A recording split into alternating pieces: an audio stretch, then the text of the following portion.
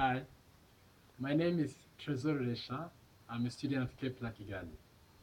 So I'm working on a project called Psychology at Work, and I'm required to summarize two videos and give my own experience about dealing about on stress. The first video was The Secret. And the second is the new era of psychology. About the secret is what they talked about in the video with the secret is that the secret is the law of attraction. Physically or scientifically, the law of attraction is the state that like attract like. But here, the law of attraction is just summarizing three main things: thought, become, and things. An example I can give that is that mainly what you are thinking is what attracts you. What you are dreaming to become is what attracts you. And things you always like to use are those ones that attract you. Also, uh, about the law of attraction, the problem that has been arised is that most people are saying that many things that they don't like are the ones that mostly comes in their mind. But we have found that in order to be successful, you have to think of what mostly attracts you, what you are passionate about. So research shows that 60,000 thoughts comes every day. Also,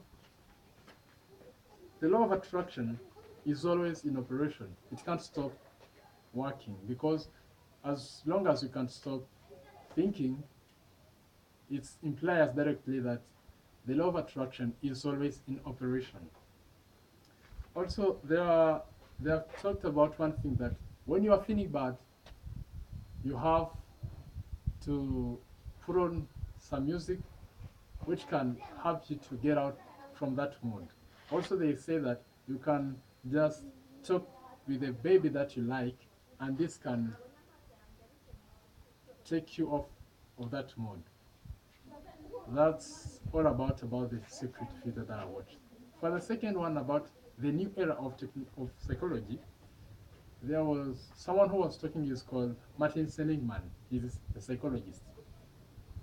He said that he had a dialogue with the CNN television, and they asked him a question: how is psychology in this time? He answered that psychology is good. Hmm. They said, but can you please explain a little bit in two words? He said, it's not good enough. It's not good, not good. They said, that's not somehow understandable. Can you please add on some new information? He said, it's not good enough. He explained why it was not good, it was good, not good, and not good enough. He said that psychology was good because at that time, 14 disorder, I mean, 14 mental disorder was treated. Also, he said that the science of mental illness has been developed, whereby there was this taxidermy and and uh, the reliable diagnosis. Also, there was the invention of treatments, and the psychology at this time can make people, measurable people, less measurable. He explained that it is not good because people become victimologists and pathologizer, pathologizers. Also, he said that people forgot to improve normal lives and promote high talents. Uh, he explained what is positive psychology. He said that positive psychology is building the best thing in life as well as repairing the worst. Also, it concerns on how to create positive thinkings. I mean, he gave an example that many people who are sociable, who are who just interact with many people, don't get in bad mood or don't feel bad easily. It means they always feel happy. Also, he explained about three different lives. He, three different happy lives. The first one is good life. The second is the first one is the pleasant life. The second, the good life. The third is the meaningful life. The good life concerns the pleasant life concerned about uh, living, having as pleasure as possible, and also learning the skills to amplify them. About the the good life is that you have to identify the signature of your strength and also recraft your work, love and play. That's what he said. For the meaningful life, he said that you have to know your signature strength, and also using the service of something higher than you.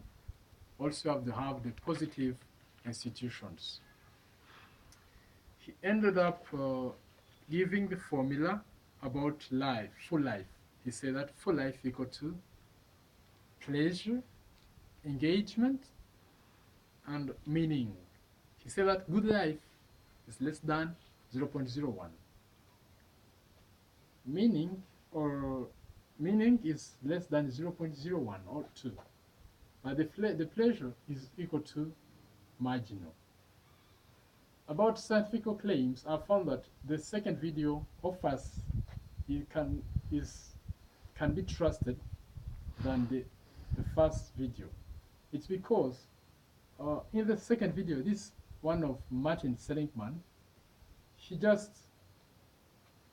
gave, first of all, he just cited other philosophers, psychologists that did other things. This can help us to know whom to refer to, like Lean.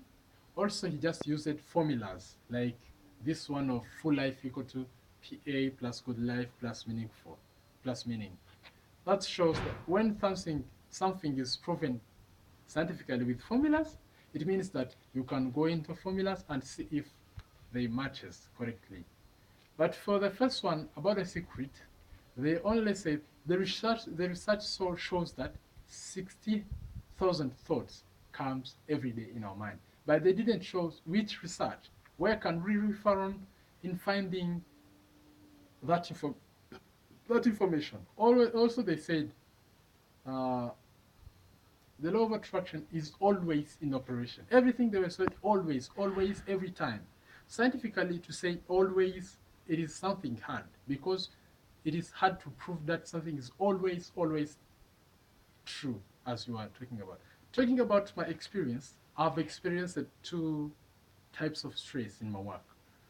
And I used to experience that mostly when I have many things to do and I have the deadlines, which are different. It becomes harder for me to know the way I can accomplish all of them. But I have found one method is to prioritize. Say, prioritize by referring to the deadlines. Something that has the deadline which is somehow nearer, I try to do it quick. And when there is something that has to be submitted later on, I have to do it after that, which is urgent. So I use urgent, important. I used to prioritize things and make a to-do list. So I used to say, I have to do this first because it is the one to be submitted first. I have to do this because it will be submitted. I have to do this after because it will be submitted after. Also, another kind of stress that I used to face is when I'm working and there comes unexpected things in my work. For example, when I'm working and they tell me someone has got an accident, please come and help us. So the way I found to deal with these unexpected things is to make communication. When they call me, someone has got an accident, come to pick him at the hospital. I try to contact my chief, my boss, and say, oh, I have an issue, let me help.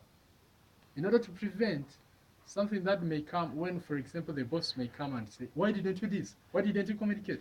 But I've said, I've communicated and I will do this work after because I cannot feel good working when my brother or my sibling is having problems on the other side. Thank you very much.